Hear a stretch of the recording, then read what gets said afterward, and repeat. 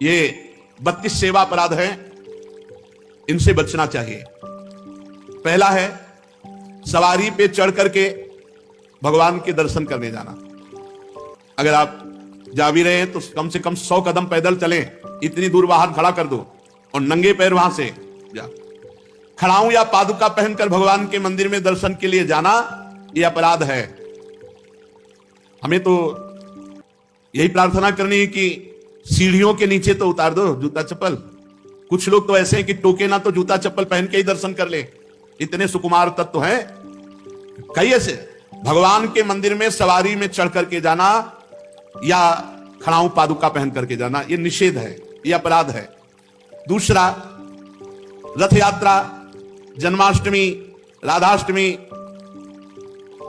रामनवमी अगर आप नहीं कर सकते, आप में सामर्थ्य नहीं, तो जहां उत्सव हो रहा हो वहां सम्मिलित हो जाना चाहिए। ये भागवतिक महान उत्सव हैं भगवान के प्रादुर्भाव के, उनमें सम्मिलित हो जाना चाहिए। अगर ऐसा नहीं तो ये भी अपराध के अंतर्गत आता है।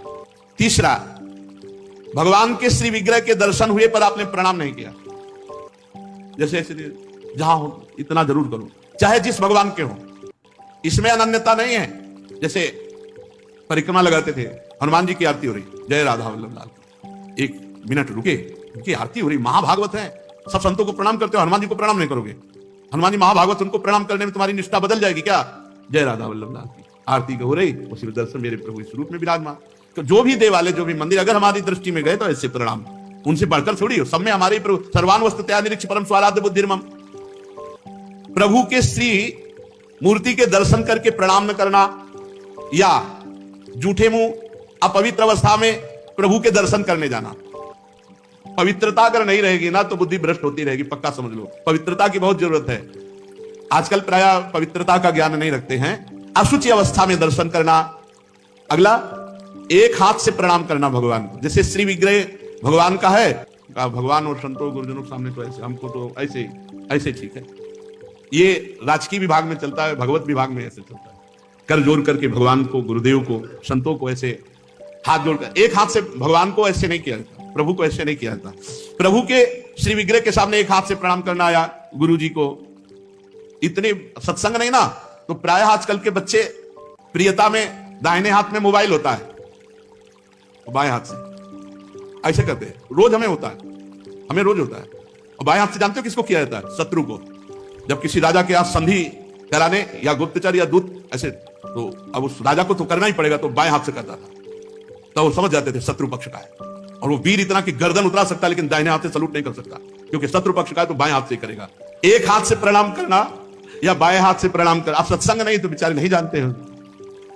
राधा राधा नहीं बोलेंगे, राधा राधा बोलो, तुम्हारी वाणी पवित्र, तुम्हारा जीवन पवित्र। हमें बहुत सुख मिलता है जब कोई रास्ते में जैसे राधा राधा तो हम खड़े हो जाते हैं। राधा राधा राधा, आपका भी मंगल, हमारे कानों का भी मंगल, और हमारा हृदय गर्व में भरता है, मेरी महारानी जी का नाम लिया जा रहा है।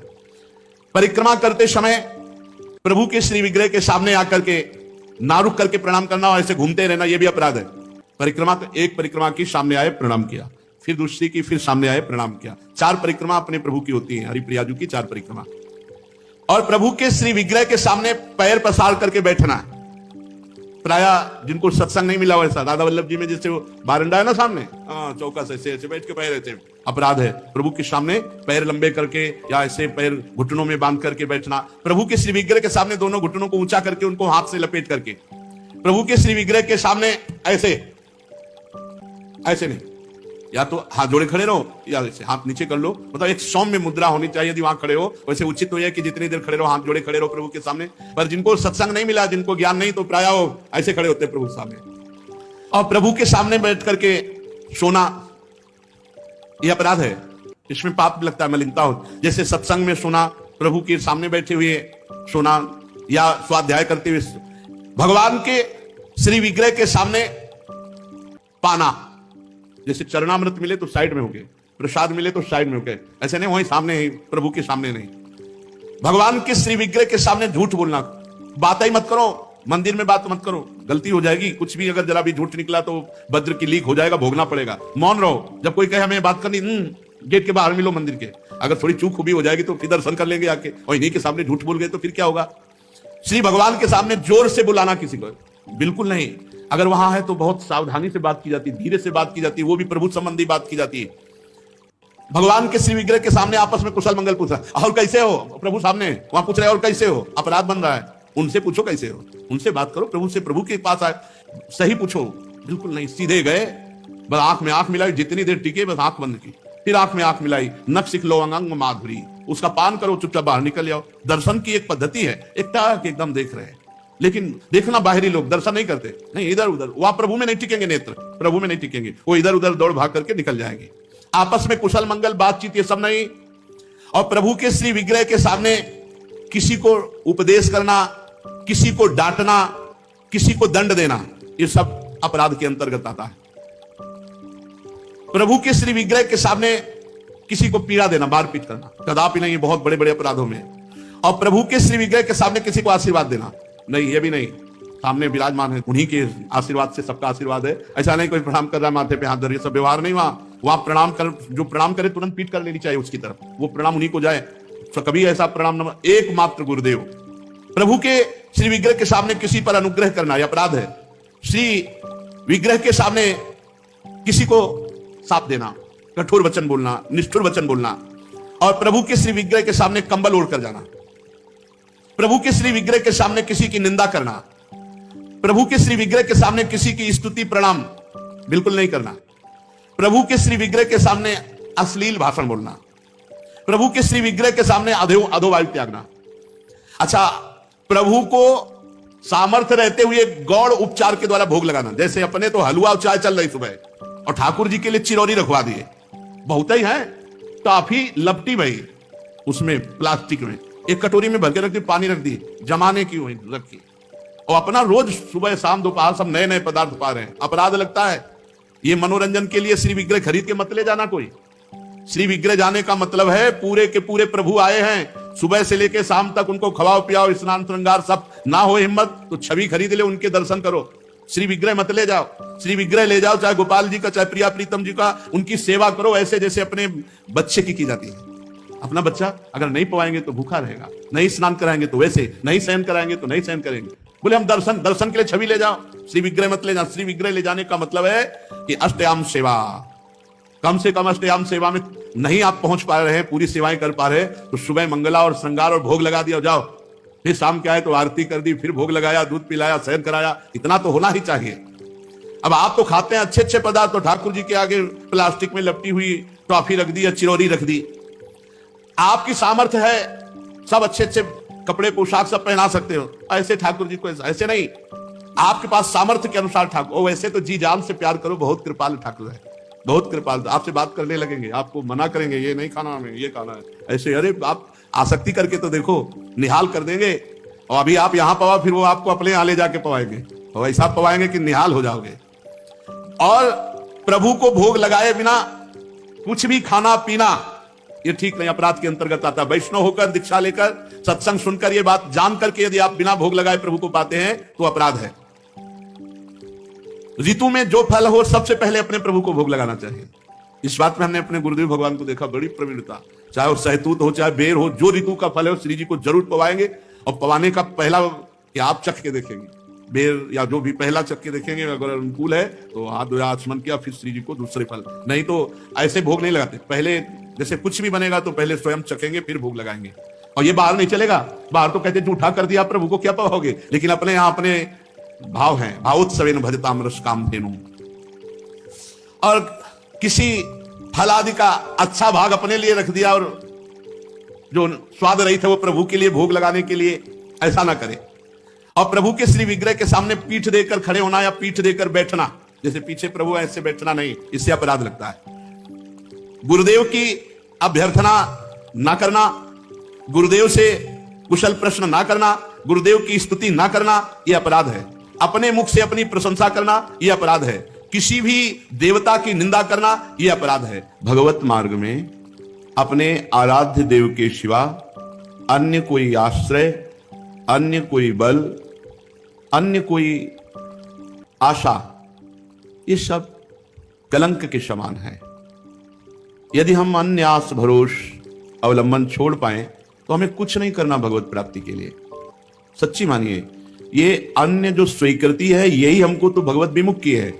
हमारा स्वरूप ही भगवत स्वरूप है।